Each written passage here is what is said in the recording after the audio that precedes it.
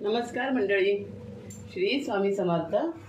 आज मी ताकातला साबुदाणा बनवते। त्यासाठी मी इथे साबुदाणा रात्री भिजत टाकला होता।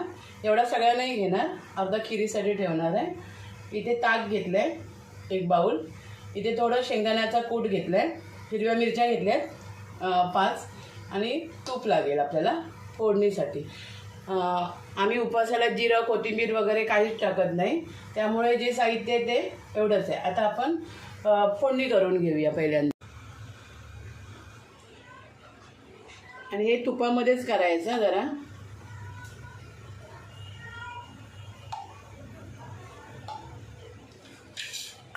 तूप गरम झालंय, आता मिरच्या टाकून घेऊया। आणि मी तुम्हाला थोडं मीठ आणि साखर सांगायला विसरले होते। आता आपण ताक टाकून घेऊया।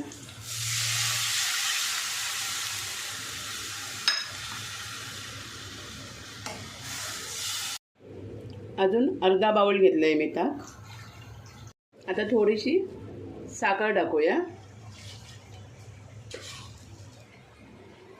तिखट गोड करायचंय आणि किंचित मीठ। साबुदाणे घालून घेऊया याच्यात।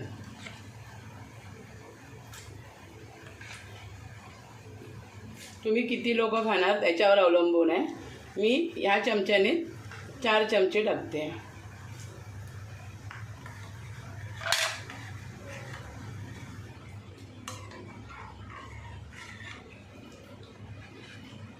अजून 1 चमचा टाकते आणि साबुदाणा माझा चांगला भिजलेला आहे।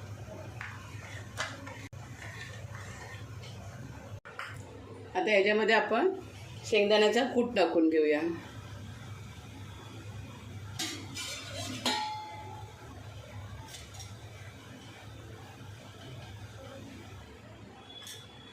दोन चमचे आहे।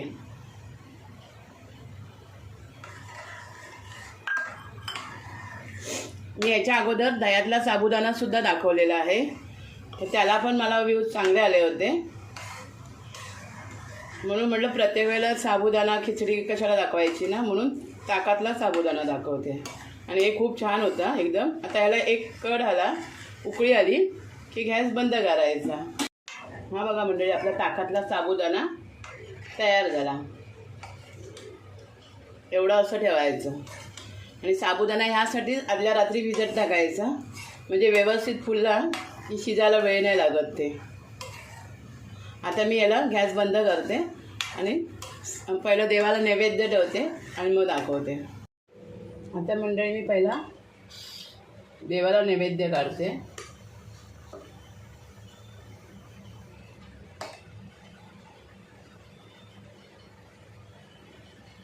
आणि अशी रेसिपी एकदा करून बघा, कारण खूप छान होते। ही बघा मंडळी, आपली ताकातला साबुदाणा तयार, जवळून दाखवते आणि आता देवाला ठेवते।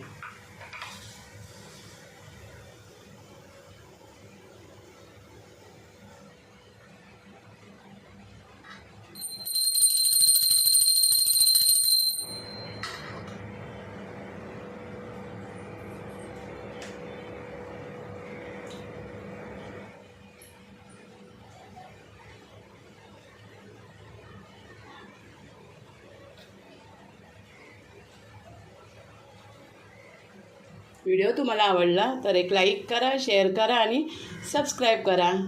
थँक्यू।